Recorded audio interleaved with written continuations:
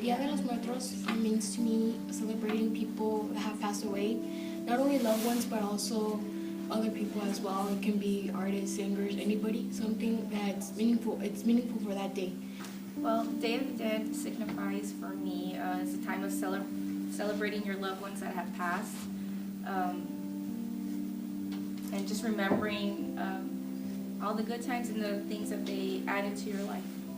For me, it's just overall a representation of remembering your loved ones, and it's not so much as just grieving for them, it's just remembering every single moment that brought you happiness with them. It's correlating just, a reminder that even though they're gone, it's still up to you to live your life to the fullest and remember every moment and just generally be happy, because you know that they wouldn't want you to be upset or anything. For me, it's just more of like a positive way of looking at death. Everyone looks at it more in a sad way, and yes, it's sad at the same time, but it's also like a celebration of someone's life, and that should be a good thing.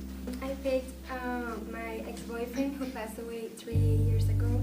His name was Julio, and I picked a yellow butterfly because he told her mom when he died he wanted to be like a butterfly, to be like free and fly away like that. And I picked the color of yellow because it's my favorite color.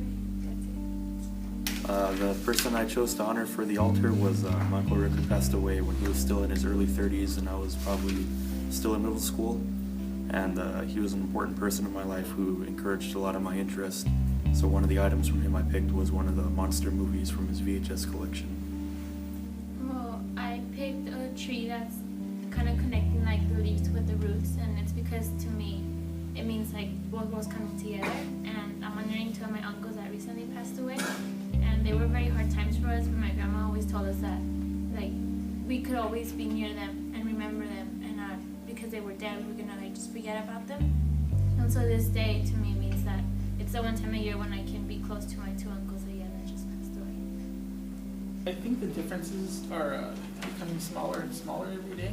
With something like Second Life, we have something that's a mirror of the real world. I guess the main difference is the tone. You get to hear people's stories, you don't just read them. There's feeling behind their voice, and with writing there is feeling, but you can't feel it as much as when you have someone standing there and telling you their story and why they're honoring that person. My avatar was a representation of a specific dance from the area where my grandmother grew up, down by Veracruz. And that's her history, her folklore, and it's a representation of who she was, and it's something that ties us to the past and to the future. It's something that's eternal. It kind of continues on from generation to generation to generation, and it's something that has to be remembered, and it was part of her.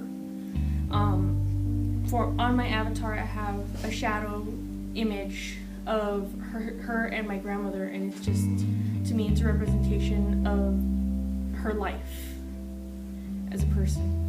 Do you mind if I ask about the candle, on her head? The candle, there's a specific moment in the dance where they actually pick up a lit candle and they put it on top of their heads and they dance. In the dance, they usually have a veil that's behind their heads, not on top of their heads, but I put it in front of her face because kind of like a shroud, to show that she has passed. And I figured that it was an appropriate image because a lot of times people imagine life is kind of like a candle. It just kind of lasts for just a moment and then it goes out, and that's all you have left.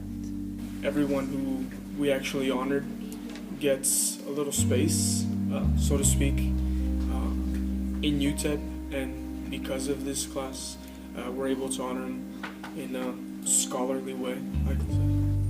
Yeah, it was more personal, we all did it together, and that kind of united us. And I was trying not to get all teary out with some of you guys' stories. So yeah, it was really nice to do this together as a class.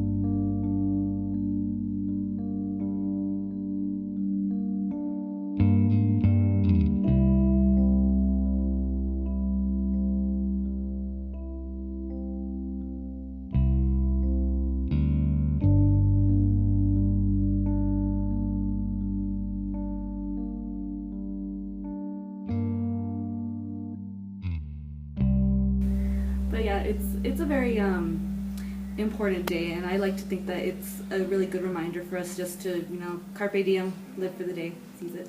Cool.